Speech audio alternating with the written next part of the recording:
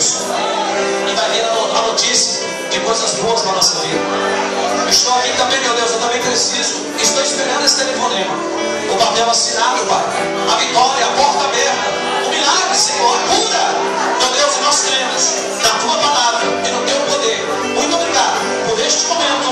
Em nome do Pai, do Filho e do Espírito Santo. E toda a igreja diga amém. Bate palmas para Jesus.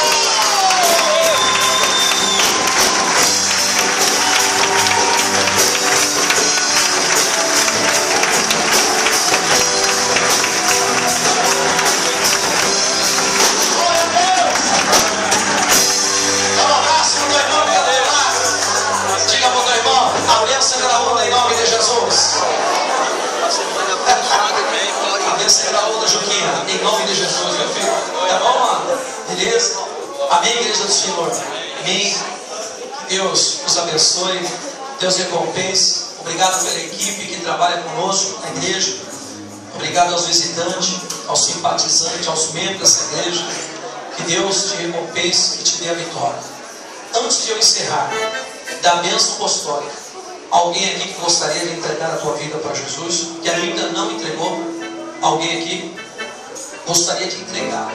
Pastor, eu não sou convertido, mas eu gostaria de um dia ser batizado pelo Espírito Santo. Eu gostaria de um dia poder estar nessa unção. Alguém aqui, irmão? Alguém? Levanta a tua mão, eu quero orar para você. Alguém? Não? Amém? Alguém que gostaria de se reconciliar com Jesus? Você foi dar uma voltinha, mas agora você está voltando para Jesus. Alguém aqui gostaria de se reconciliar com Jesus? Levanta a tua mão, quero orar por você.